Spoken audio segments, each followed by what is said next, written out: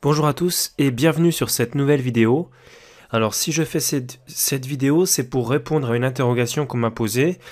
On m'a dit pourquoi est-ce qu'au cinquième coup, les noirs ne joueraient pas cavalier prend e4 dans la partie espagnole. Donc je vais vous montrer tout de suite pourquoi déjà ils peuvent le faire. Mais qu'est-ce qu'il arrive sur cavalier e4? Je vous mets la position tout de suite et on va voir. Donc je reprends avec vous les premiers coups de la partie espagnole qu'on avait donc étudié sur une vidéo précédente qui est disponible dans la description, ainsi que toutes les vidéos concernant la partie espagnole. Donc E4, E5.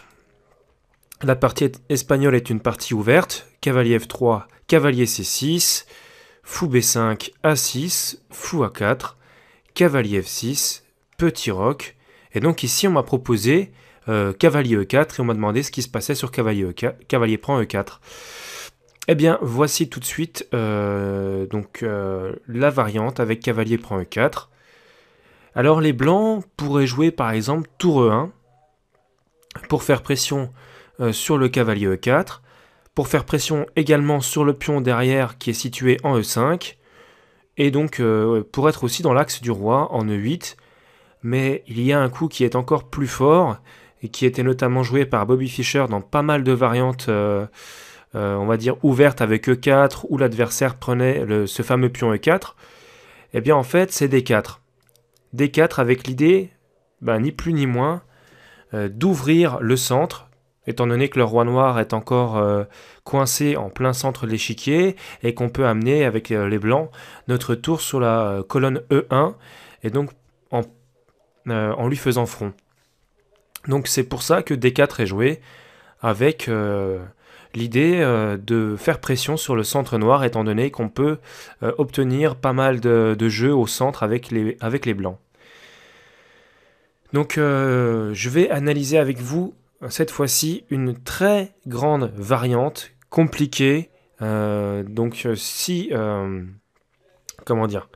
vous avez des questions ou n'importe quoi, si vous êtes perdu, n'hésitez pas à me demander dans les commentaires ou à me contacter directement sur la messagerie YouTube. Je vous répondrai le plus vite possible. Donc là, on commence pour la variante la plus compliquée. En tout cas, avant tout, je veux vous dire que ne craignez rien, c'était pas un oubli de ma part. Cavalier prend E4 ne gagne pas un pion pour les noirs non plus. Et donc on va voir les différentes variantes, notamment en commençant par le coup, je pense que tout le monde a à peu près eu à l'idée, c'est-à-dire le pion E5 qui prend le pion D4. Voilà, c'est une grande variante qu'on va voir ensemble. Donc, tour E1. On voit que la tour est face au cavalier E4 non protégé, et que derrière ce cavalier E4 non protégé, il y a le roi E8. Par conséquent, le cavalier E4 est cloué et ne peut pas bouger. Sachant cela, les noirs possèdent quand même certains coups pour protéger ce cavalier E4. Néanmoins, on va voir que les compensations blanches sont quand même importantes et qu'on va réussir à récupérer le matériel et à obtenir un jeu, je dirais, un peu avantageux sur cette prise en D4. Je dirais un peu avantageux, pas gagnant du tout, mais un petit peu avantageux, on va voir. En tout cas, il y a des variantes pièges et il est très important que vous les connaissiez, tout simplement pour éviter de tomber dedans. Effectivement, sur certaines variantes, les noirs arrivent à forcer la nulle par une répétition de coups, donc attention, méfiance. On va voir ensemble comment jouer correctement cette ouverture. D5 protège le cavalier E4, comme on a vu. Et ici, effectivement, il faut récupérer le pion D4 avec les blancs, étant donné que ce coup est excellent pour plusieurs raisons. Alors, je vous mets le coup et je vous explique pourquoi il est si bon. Alors, effectivement, cavalier prend D4, menace, cavalier prend C6, attaquant la dame. Mais si jamais le pion B reprend, eh bien le fou récupère, sur échec, et capturera la tour située en A8. C'est une idée de base de cette ouverture et de cette pression qu'exerce le fou A4 sur le cavalier C6, d'où l'importance, je le répète, de jouer les coups comme B5. Et d'ailleurs, dans l'autre variante que nous analyserons juste après, eh bien, on jouera ce fameux coup B5 et vous verrez que c'est quand même, à mon sens, peut-être plus facile à jouer pour les noirs. On est peut-être moins sous tension que dans la variante que je vais vous montrer. Donc ici, les noirs jouent un coup absolument, je dirais, qui peut être joué que par un bon joueur. Ils jouent le coup fou des 6. Alors, je comprends que vous ne compreniez pas forcément ce coup tout de suite. Donc regardez bien la position, et notamment la position du cavalier E4 et du roi G1, et de ce fou qui peut venir se sacrifier sur la case H2.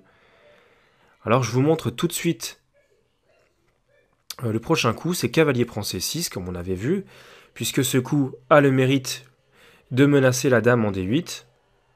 Et puis également, il peut se soustraire de cette prise par le pion en B7, c'est-à-dire qu'il est en prise actuellement, mais il peut se soustraire de ceci en jouant par exemple cavalier D4 ou cavalier E5, peu importe, étant donné qu'il y aurait, comment dire, un échec à la découverte du fait de la position du fou A4 qui est dans la diagonale du roi situé en E8. Effectivement, je ne l'ai pas dit tout à l'heure, mais cavalier prend D4 menaçait aléatoirement également la poussée du pion F3, bien que c'est litigieux à cause de fou C5, donc on ne va pas rentrer là-dedans tout de suite. D'ailleurs, on ne va pas rentrer là-dedans tout court, puisque dans cette variante-là, ce coup n'est pas requis, en fait, tout simplement. Donc on ne va pas le voir, mais c'est vrai qu'il y a l'autre variante dans l'autre vidéo où je vous avais expliqué que cela était possible. Tout ça, toutes ces vidéos-là dont je fais référence sont disponibles effectivement dans la description de cette vidéo-ci. Donc n'hésitez pas à y aller, à regarder toutes les vidéos en lien parce qu'elles sont toutes, comment dire, chacune explique un thème précis de l'ouverture espagnole, elles sont toutes complémentaires. Donc cavalier prend C6, en fait l'idée des noirs c'est de sacrifier leur fou sur H2. Et alors je vais vous montrer ce qui se passe si les rois prennent en H2. Eh bien en fait il y a échec perpétuel. Après dame H4 échec, forçant le coup roi G1, et après dame F2, vous comprenez que les échecs n'en finiront pas sur les cases H4 et F2. Par exemple si roi H2, on revient avec la dame noire mettre échec sur H4, et donc la partie est égale puisque effectivement les noirs répéteront ces coups-là. Et il y a aux échecs la règle qu'on appelle la règle de 3 fois répétition de la position. C'est-à-dire que quand une position est la même sur l'échiquier en 3 temps différents et que le trait est au même joueur, en l'occurrence les noirs ou les blancs, eh bien la partie est déclarée égale, elle est déclarée nulle. C'est exactement comme si vous aviez fait patte ou comme si vous aviez conclu une nulle mutuelle, même si aujourd'hui c'est un peu plus strict au niveau des nuls mutuels, et c'est tant mieux. Donc dame H4 échec, et donc on a cette nulle par répétition de la position. Donc en fait, après fou prend H2, dans la partie de maître que je vous montre, eh bien les blancs jouent roi H1. Alors ne craignez pas, cavalier prend F2 échec, étant donné que le cavalier est cloué par l'action de la tour E1 sur le roi sur le roi E8, pardon. Effectivement, sinon, cavalier prend F2, ça serait bon. De toute façon, la dame noire est en prise également par le cavalier C6. Hein. Mais voilà. Et donc ici, dame H4. Et en fait, j'ai bien analysé cette position, qui me rappelait déjà des souvenirs, vu que je l'avais déjà vue. Je me rappelais qu'il n'y avait qu'une seule variante qui tenait. Mais c'était un peu compliqué de revoir ça. Effectivement, j'ai même dû m'aider de l'ordinateur pour être sûr de ne pas me tromper. Parce que j'avais fait une vidéo précédente où c'est vrai que cette variante-là, je l'avais tout simplement zappée.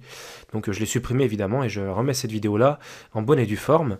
Mais effectivement, c'était une variante que j'avais déjà vue, que m'avait sorti un excellent joueur. Et donc par conséquent, je vous la mets parce qu'il n'y a pas de raison qu'on n'analyse pas cette variante, même si pour les noirs, personnellement, j'estime quand même que c'est litigieux, mais vous allez voir, on arrive à une position, je veux dire de manière forcée, on arrive à une position intéressante avec les blancs, mais il faut jouer correctement, et c'est vrai qu'on peut commettre une erreur avec les blancs et se faire vite dominer, et perdre la partie vraiment très très très rapidement. Je vous donne simplement le coup prochain, c'est tour prend E4. Alors pourquoi tour prend E4 ?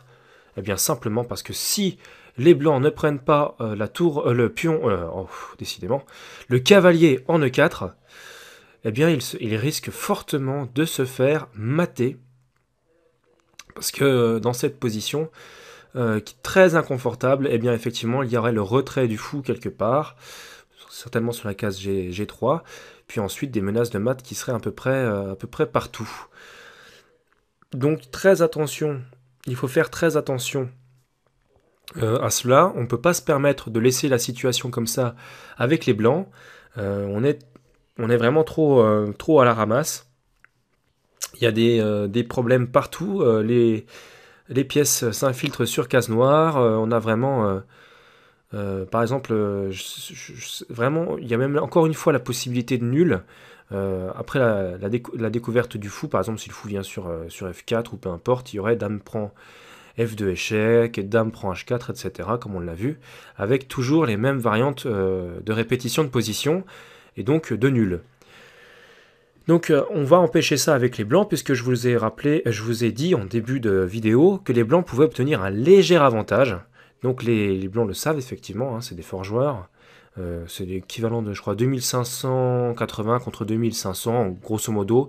Donc deux joueurs de niveau grand maître, à peu près. Et donc les blancs avaient vu plus loin. Et ils jouent donc tour prend E4. Alors je vais vous montrer pourquoi dame prend E4 n'est simplement pas jouable. Eh bien parce qu'après dame prend E4, il y aurait un coup comme cavalier D4 échec. B5 par exemple.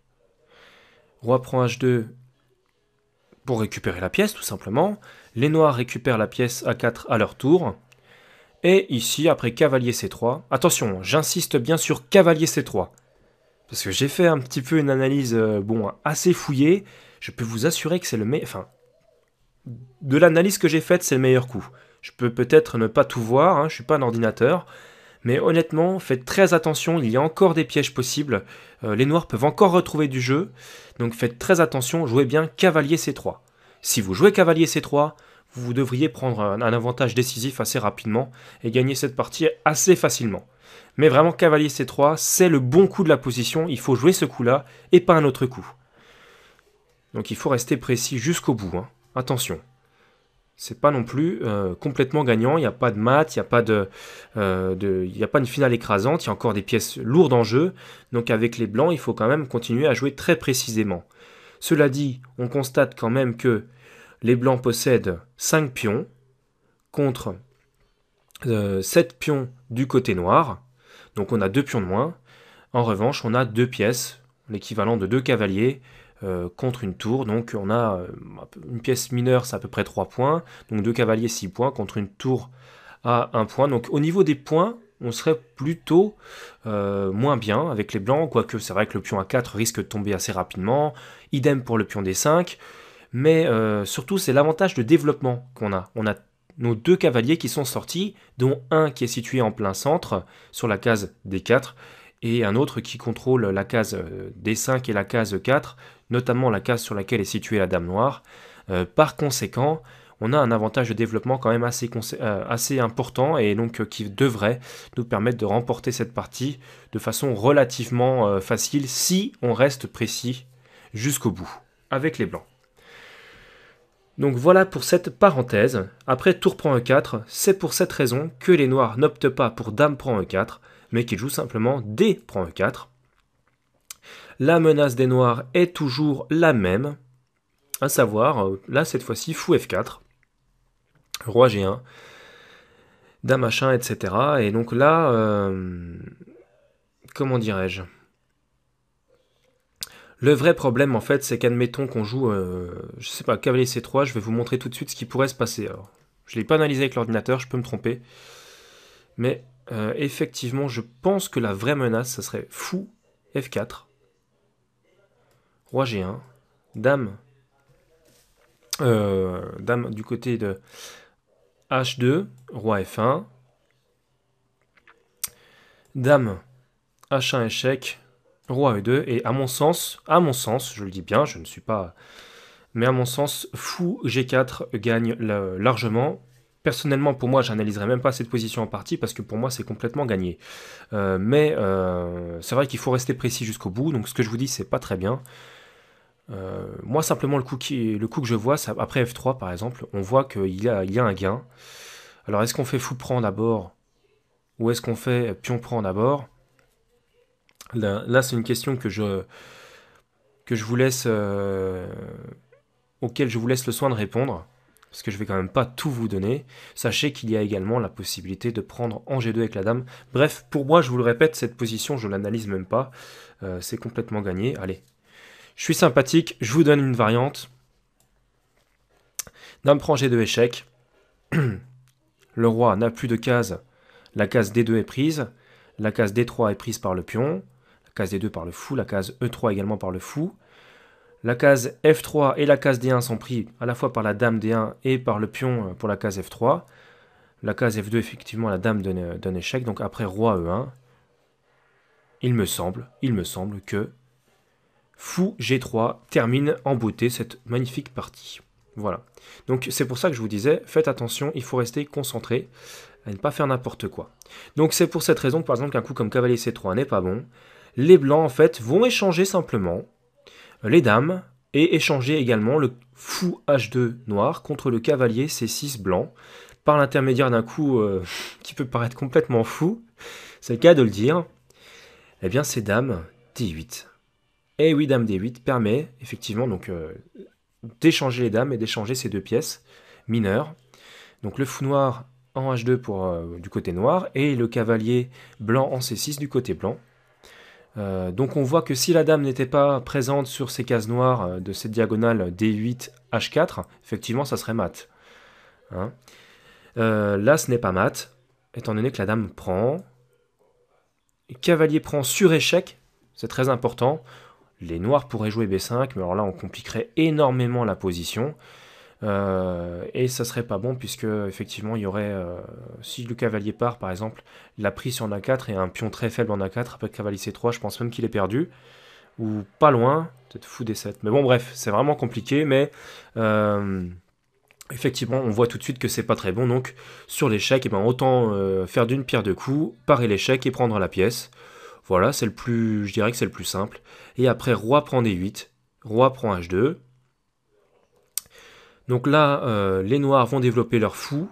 Logiquement, je pense en E6, hein, c'est à mon sens le plus évident.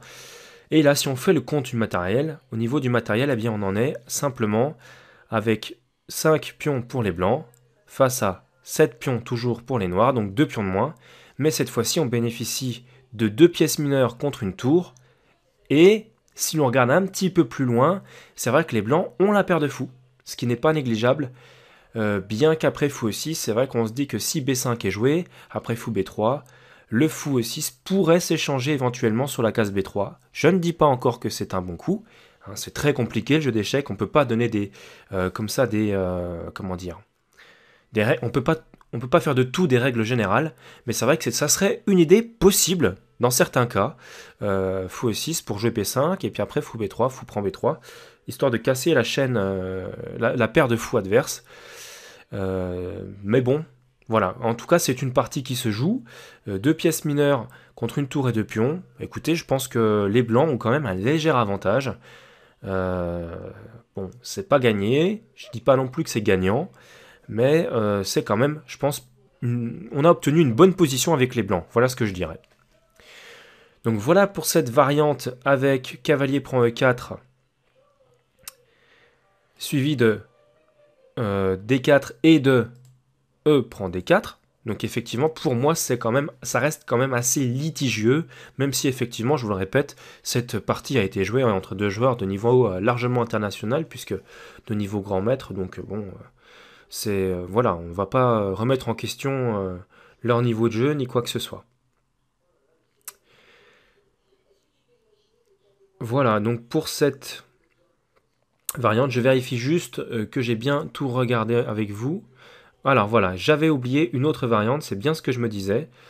Donc alors attendez, j'essaie de revoir parce que c'est un peu compliqué, il y a pas mal d'arbres de variantes un peu à droite à gauche. Donc là, on va sur E prend D4, etc. Tour E1, D5. Donc là, non, on avait vu que c'était plutôt fou prend D5, cavalier prend, fou, voilà. Fou prend, et si roi H1, dame ici en H4. Je vous montre une deuxième variante, hein. Donc Alors c'est sur tour point, il me semble. Dame prend E4, on avait vu. Alors voilà. À part Dame D8... Voilà, à part Dame D8, il y avait un autre coup envisageable. Et oui, effectivement. Excusez-moi, j'ai oublié. Alors c'est un coup tellement mauvais en fait que j'ai volontairement oublié, mais je vais quand même vous le montrer parce qu'il n'y a pas de raison. On peut toujours avoir besoin Enfin, de toute façon, ça fait pas de mal de connaître quelques variantes en plus. Donc effectivement, l'idée fou G5 est une idée qui pourrait être intéressante. En tout cas, enfin, qui est intéressante, mais malheureusement qui ne fonctionne pas. Alors l'idée de fou G5, c'est simplement de détourner la dame de cette magnifique colonne H, étant donné que la dame blanche contrôle la case H5, le pion G2 contrôle la case H3, étant donné donc dans cette position, simplement la dame noire n'aurait plus de case, elle serait obligée de capturer le fou en G5, donc elle serait détournée de son rôle défensif sur le fou en H2. Par conséquent, on va voir les blancs vont pouvoir échanger le fou H2 contre le fou G5, mais ce n'est pas bon, et vous allez voir pourquoi. Donc dame prend G5, roi prend H2. Là, on peut être tenté de se dire avec les blancs, c'est bon, on a résolu nos problèmes, il n'y a plus de menaces de fou F4, etc., de mat ou de récupération de la dame blanche. Effectivement, on peut être tenté de se dire ça, et jouer par exemple simplement avec des plans de développement tout simples comme cavalier C3 que je vous avais donné tout à l'heure. Seulement les noirs en fait ont une excellente variante. En fait elle est gagnante. C'est malheureux pour nous, mais donc on ne peut pas jouer comme ça avec les blancs. Mais je vous accorde que si vous ne la connaissez pas, c'est très compliqué de la calculer en partie. Je pense que franchement même un très fort joueur, même un très fort joueur, ne la calculerait pas forcément si facilement que ça. Et toutes les subtilités ne seraient pas forcément si évidentes comment dire, à être étudiées précisément comme il se doit dans cette position. Effectivement, si les noirs jouent petit roc, ils obtiennent un avantage énorme du fait de la mauvaise position du roi blanc situé en H2. Et en fait, le petit roc noir permet donc d'éviter toute cette histoire de cavalier qui se sauve par exemple sur la case B4 ou ailleurs, et de profiter pour les blancs de la découverte sur le roi E8, sur le roi noir E8. Donc petit roc déjà premièrement, ça part cette éventualité, mais en plus ça active la tour qui va pouvoir venir par exemple en E8, ou en peu importe l'autre cas, ça peut très bien être D8 si le cavalier s'en va. Et après, qui va pouvoir venir sur la 6e rangée. Et oui, sur la 6e rangée. Et puis ensuite venir sur la colonne H. Et on voit que là, il y a une attaque de mat qui est extrêmement forte. Et en fait, eh bien, ça paraît dingue. Hein. Moi, quand je l'ai analysé, je n'en revenais pas. Mais elle est imparable. Elle est proprement imparable, cette menace. Ou alors vraiment, si elle est parable, moi j'attends la variante. Parce que j'ai vraiment regardé, retourné ça dans tous les sens. Il n'y a pas possibilité de s'en sortir avec les blancs. Les noirs ont un avantage sérieux, ici. Alors, on va voir déjà ce qui pourrait se passer sur cavalier D4. C'est pas un bon coup, c'est évident, je veux dire, on le voit à première vue que c'est pas un bon coup, parce qu'il y a des menaces de dame E5 échec, avec double attaque. Il y a tour D8 qui peut clouer ce cavalier, puis ensuite C5 pour venir récupérer ce cavalier. Donc justement, on va voir ça. Donc je commence avec cavalier D4 et je reprendrai après avec cavalier B4. Donc cavalier D4, tour D8. Sur C3, il y a C5. No comment.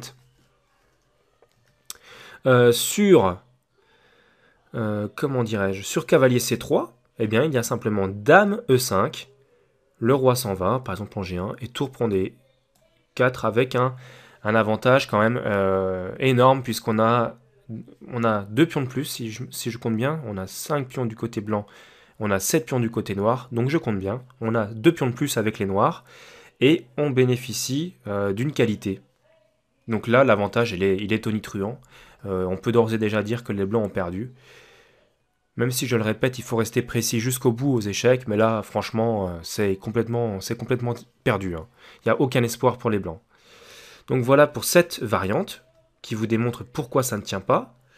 Et l'autre variante, alors là, avec les menaces de mat, c'est par exemple sur cavalier B4.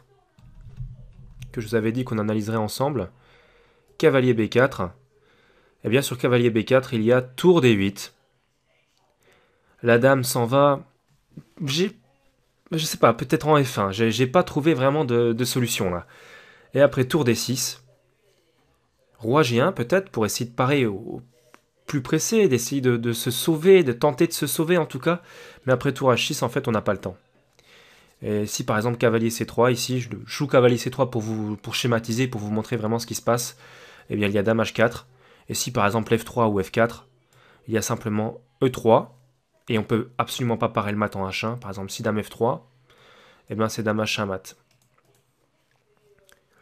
Donc voilà, il n'y a pas moyen de s'en sortir avec cette idée de tour sur la 6e et sur la colonne H. On gagne avec les noirs dans cette configuration. Donc dame F1, mais quel que soit le coup de dame, hein, c'est pareil. Hein. Vraiment, il n'y a pas de solution. Il n'y a pas de solution. Donc voilà pour cette variante-là. Je ne sais pas si j'ai pas oublié quelque chose. C3, C5, non, c'est correct, c'est correct. Je regarde juste une autre position. Après, D prend E4. Voilà. Il pourrait y avoir cavalier C3 tout de suite. Je ne sais pas si on l'a déjà vu. Oui, si on l'a déjà vu. C'est la variante avec le mat. Je vous la remontre. Si cavalier C3, ça fait pas de mal de revoir une variante. Hein. Il y a effectivement fou F4. Roi G1 forcé. Dame H2. Roi F1. Dame H1. Roi E2 forcé. Et puis on avait vu avec fou G4.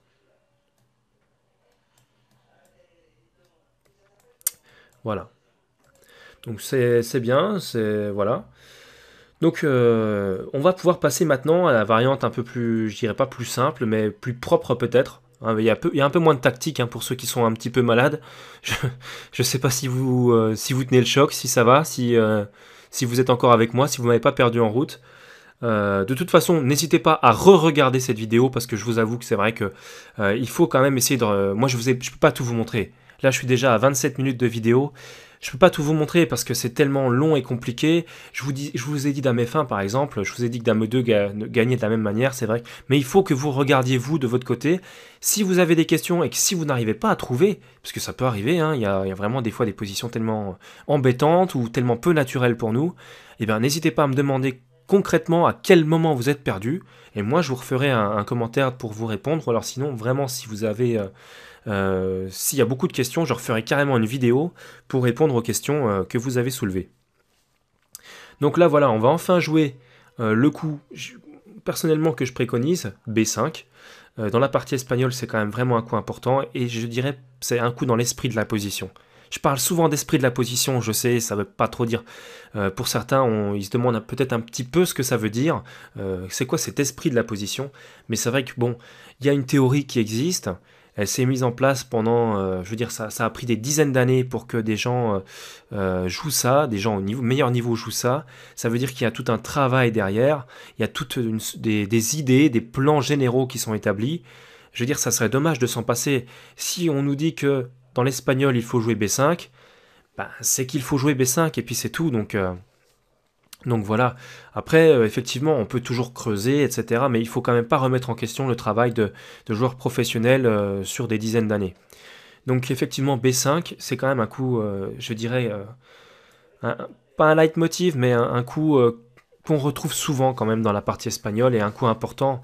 Parce que c'est vrai que ce fou là en A4 fait pression sur le cavalier C6, mais à travers ça, c'est toute la position qu'on est chamboulée, puisqu'il y a en E5 un pion faible, un centre qui est un petit peu faible aussi, hein, affaibli en tout cas par ce fou A4. La pression qu'il exerce, elle se ressent vraiment dans toute la position, et notamment dans le centre noir. Donc c'est pour ça que je dis souvent que c'est dans l'esprit de la position, mais c'est vrai, B5 c'est vraiment un coup, c'est vraiment un coup sensé, vraiment un coup positionnel et logique. Hein. Donc voilà.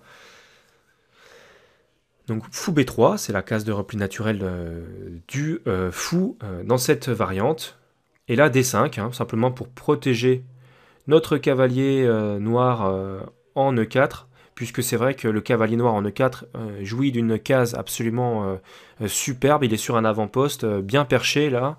Il domine totalement le jeu, enfin le camp des blancs en tout cas, puisque vous regardez, il y a quand même de nombreuses cases. Il y a 4 cases dans le camp blanc qui sont prises par ce cavalier. La case C3, la case D2, la case F2 et la case G3. Donc il est vraiment très très bien placé, hein, ce cavalier. Donc les blancs contre-attaquent avec la prise du pion E5. On constate donc que les noirs, pour le bon positionnement de ce cavalier sur la case E4, ils redonnent le pion qu'ils avaient pris préalablement.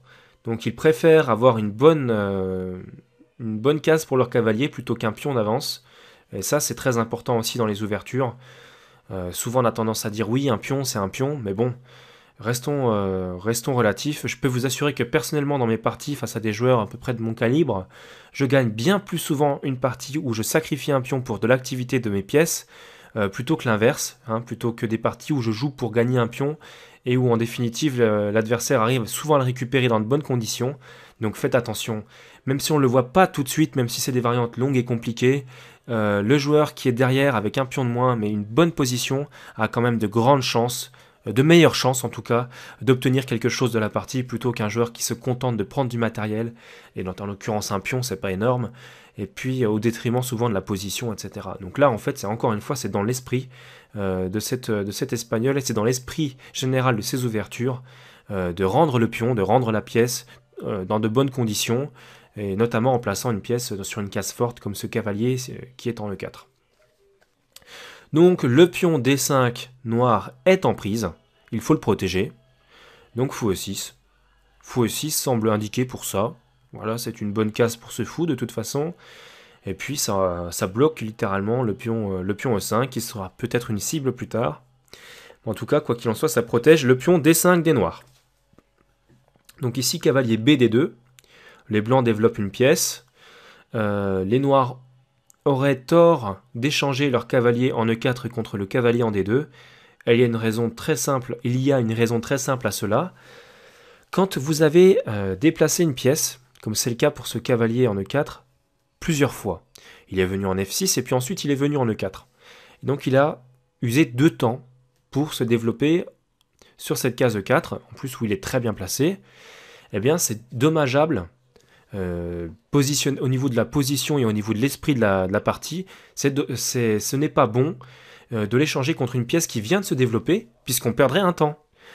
Étant donné que si le cavalier noir prend le cavalier blanc en D2, eh bien fou prend D2, probablement, avec un temps en plus gagné pour les blancs, puisqu'ils développent en plus leur fou C1, qui est sur sa case initiale actuellement, et donc qui serait développé si jamais ils pouvaient reprendre en D2. Pour cette raison, les noirs ne doivent pas donner de temps à leur adversaire. Ils ont usé de 2 temps pour déplacer ce cavalier. Eh bien, ils vont user un temps supplémentaire pour le repositionner de façon convenable. C'est bien meilleur que de l'échanger tout de suite, même si c'est vrai que je reconnais qu'aux échecs, l'échange est intéressant dans la mesure où on ne sait pas trop quoi faire de sa pièce. C'est symptomatique. Si une pièce est là, qu'on ne sait pas trop en faire, qu'elle n'a pas trop d'utilité dans la position, c'est toujours intéressant de l'échanger, comme ça on n'a plus à s'en occuper, c'est fait, c'est fait.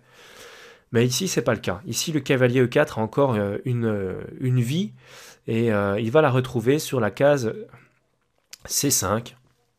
J'en profite au passage pour vous dire, parce que j'ai eu beaucoup de messages dans ce sens, que le cavalier C5 pourrait prendre le fou en B3.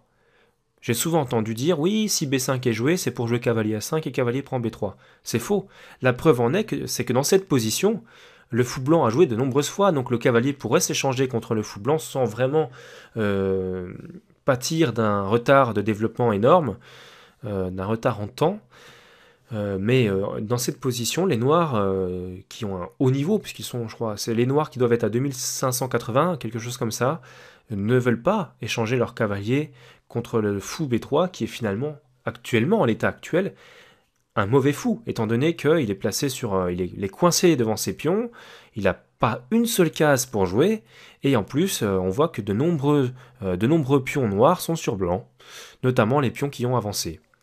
la totalité même des pions qui ont avancé sont sur blanc. Voilà, donc quel intérêt d'échanger un cavalier contre ce fou actuellement?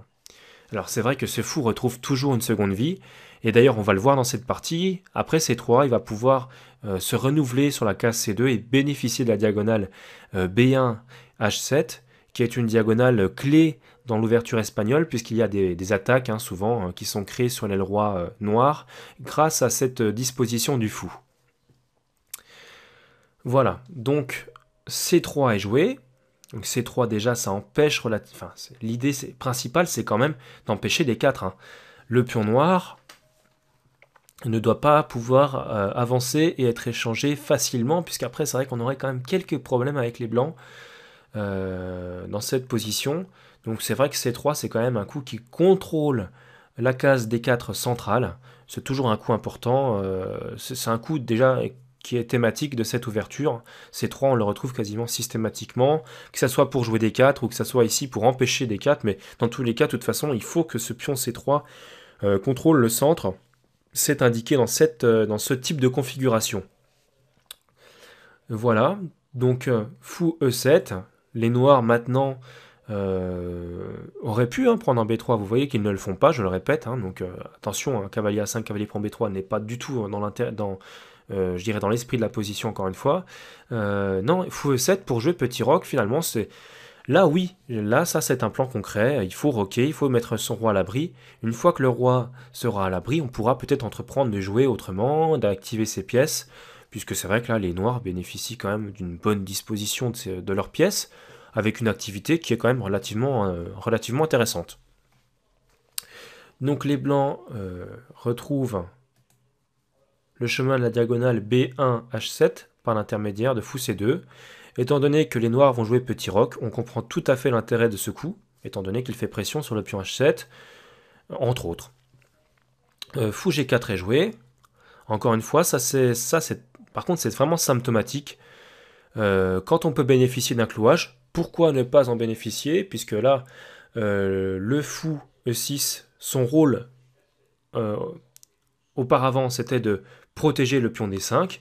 Maintenant que le pion D5 n'est plus à protéger puisqu'il n'est plus attaqué, eh bien on change de plan, on adapte son jeu à la position, et donc là cette fois-ci la position permet d'utiliser ce clouage pour les noirs, et donc il faut le faire.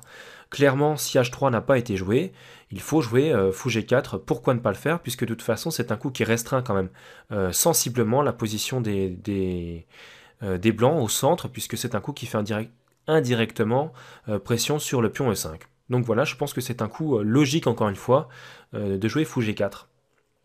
Tour E1. Le pion E5 était attaqué, il était protégé par le cavalier F3, mais du fait du clouage, le cavalier F3 ne pouvait plus exercer son rôle de sécurisation de ce pion E5, donc c'est la tour maintenant qui s'en charge, encore une fois. Il faut adapter son jeu à la position. Donc tour 1, c'est encore une fois un coup qui est logique dans la partie espagnole, on le retrouve quasiment systématiquement dans cette ouverture. Donc c'est pas du tout choquant de le voir maintenant. Dame D7, avec l'idée de doubler les pièces fortes,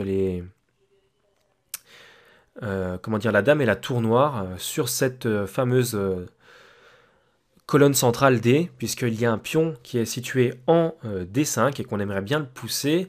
Donc c'est vrai que c'est quand même vraiment dans l'idée de la position de jouer ce coup dame D7, qui en plus permet aux noirs de protéger leur fou en G4.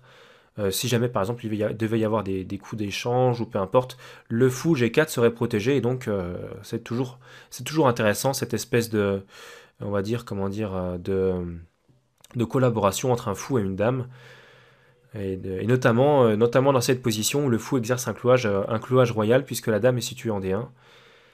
Donc voilà pour ce coup, l'explication elle est logique. Cavalier F1, encore une fois, je me répète mais c'est la vérité. Dans cette variante, je retrouve quasiment tous les ingrédients d'une espagnole typique, sans cavalier prend E4, puisque cavalier F1 c'est un coup très très très régulier.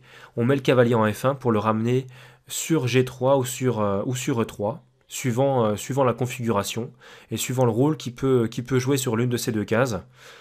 Le cavalier B1 va souvent aller sur la case D2 puis sur la case F1.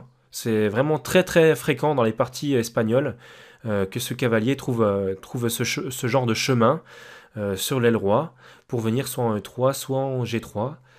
Alors que le cavalier F3, lui, plus en milieu de partie, ça sera plus souvent par l'intermédiaire d'un coup comme H3 qu'il pourra être recyclé par exemple sur la case G4 pour retrouver un semblant d'activité. Pour l'instant, c'est pas le cas puisqu'il est cloué et donc c'est bien embêtant, mais c'est très fréquent que l'on joue comme ça. Là, clairement, le plan des blancs, c'est quand même de jouer cavalier E3.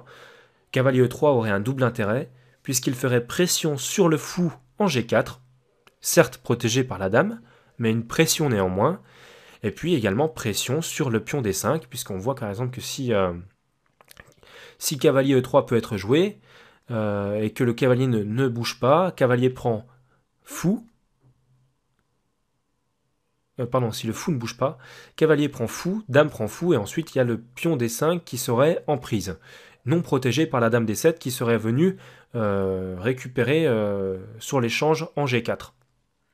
Donc voilà l'intérêt quand même de ce coup cavalier F1 pour jouer cavalier E3. Donc tour D8, puisque cela est possible, eh ben on va surprotéger le pion D5 par l'intermédiaire de tour D8, qui place de toute façon une tour dans l'axe de la dame, ce qui n'est jamais une mauvaise chose, surtout quand on souhaite pousser à un moment donné ce fameux pion D5 en D4 et ouvrir des lignes. C'est toujours intéressant d'avoir une tour face à une dame. Donc voilà. Là-dessus, c'est vrai que on peut se dire que les pièces noires sont actives et on peut se dire, bah, alors cavalier prend E4 est vraiment intéressant, il donne de l'activité aux pièces, mais on va voir que le joueur qui a les blancs va réussir à, je dirais presque à amoindrir cette activité des pièces noires. Je pense notamment à ce cavalier en C5 et à ce fou en G4, et vous allez voir comment il procède. Eh bien, il procède par l'intermédiaire déjà de cavalier E3, le coup logique, et puis après fou H5, eh bien on peut faire reculer ce cavalier C5 et ce fou H5 par l'intermédiaire de deux coups de pion d'attaque, je dirais totalement élémentaires, hein, mais il faut bien les jouer dans l'ordre. C'est B4, B4, cavalier E6, cavalier B7 c'est vraiment pas une option, hein. Cavalier B7, il n'aurait même plus une seule case pour jouer derrière, donc cavalier E6, logique, mais maintenant G4 est disponible. La case G4 est protégée par le cavalier E3, donc d'où l'intérêt, encore une fois, d'avoir joué cavalier F1 et cavalier E3. Et après cavalier E3, le fou va sur sa case G6. Et en fait, on va voir que maintenant, ce sont les blancs qui vont retrouver de l'activité pour leur pièce après cavalier E5. Cavalier E5, s'il vous plaît. Et là, on constate quand même que les blancs, cette fois-ci, ont un petit peu plus d'activité pour leurs pièces que les noirs, tout simplement. Donc les pièces étant bien placées, les noirs n'ont plus grand-chose à jouer, on va dire, il faut maintenant mettre le roi à l'abri, c'est le plus important. Les grands débats auront lieu plus tard. Donc, petit roc, voilà. On va dire que ça c'est fait et qu'on peut passer à autre chose. Fou prend F5 n'était pas une option et je vais vous montrer pourquoi. Après E prend. Par exemple cavalier G5 ou cavalier G5 peut-être est le meilleur coup. Mais sur cavalier F8 par exemple il y aurait simplement F6 gagnant ce cavalier puisque ce cavalier n'a plus une seule case pour jouer. Et sur la prise, eh bien, les blancs reprendraient le pion en F6 et ce cavalier est simplement cloué. Ce fou, pardon, excusez-moi. Je parle du cavalier, mais c'est le fou, effectivement, c'est le fou E7. Il est cloué par la tour E1 et donc il sera pris au prochain coup. Donc voilà pour ça. Alors peut-être après que cavalier G5 pardon, peut être envisagé, mais effectivement il perd la pièce également, puisqu'après cavalier prend, fou prend, et les blancs ont une pièce de plus. Donc voilà pourquoi on ne peut pas jouer comme ça avec les noirs.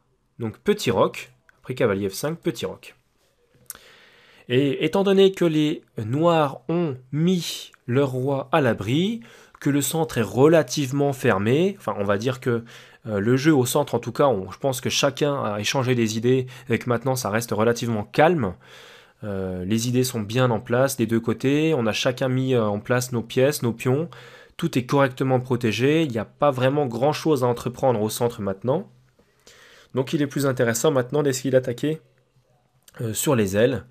Donc on voit que sur l'aile roi, les noirs sont solides quand même, hein, relativement, puisque leur paire de fous est quand même assez présente. Les deux cavaliers centraux, le cavalier E6 par exemple exerce une bonne action défensive. Ça paraît pas évident d'aller chatouiller les noirs sur l'aile roi maintenant, d'autant plus qu'ils viennent de roquer, donc que le roi est bien à l'abri, et que leur roc est parfait, puisque les 3 pions de leur roc n'ont pas bougé. Donc il n'y a pas de cible ici à venir chercher, et par conséquent les blancs jouent un coup encore une fois très très régulier, que l'on voit de façon très régulière dans l'ouverture espagnole.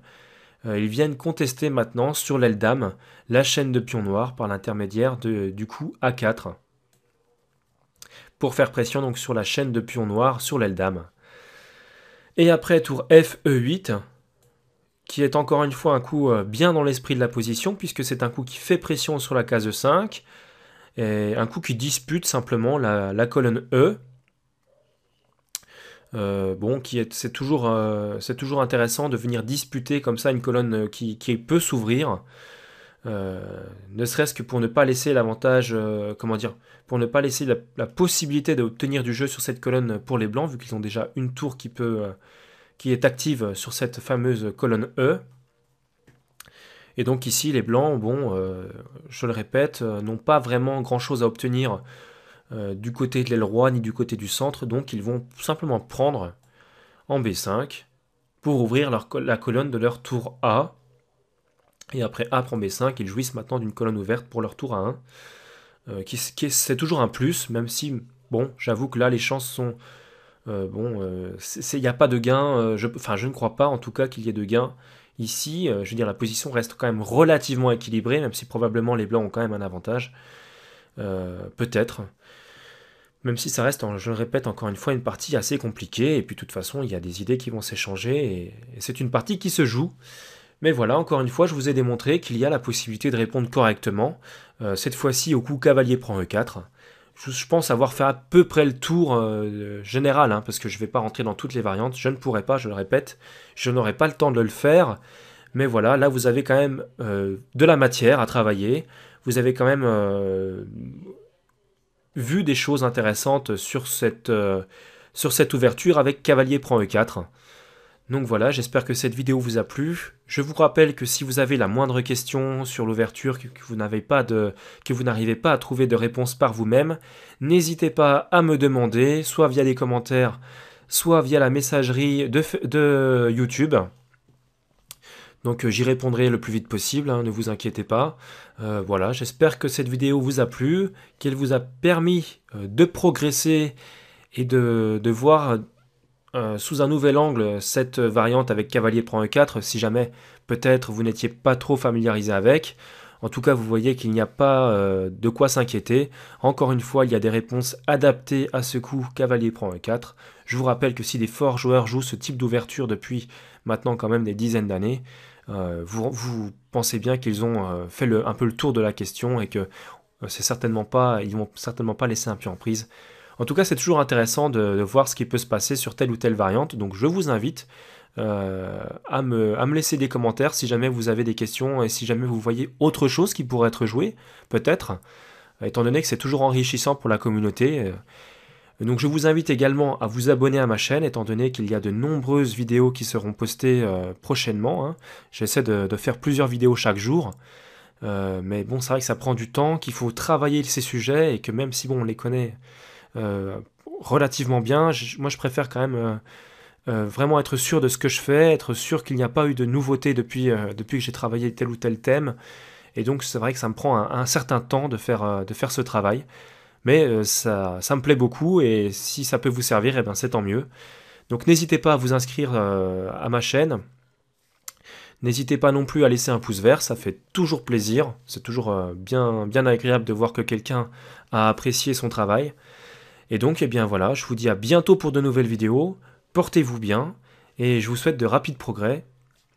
Et je vous dis donc à la prochaine fois pour la prochaine vidéo qui j'espère vous plaira également.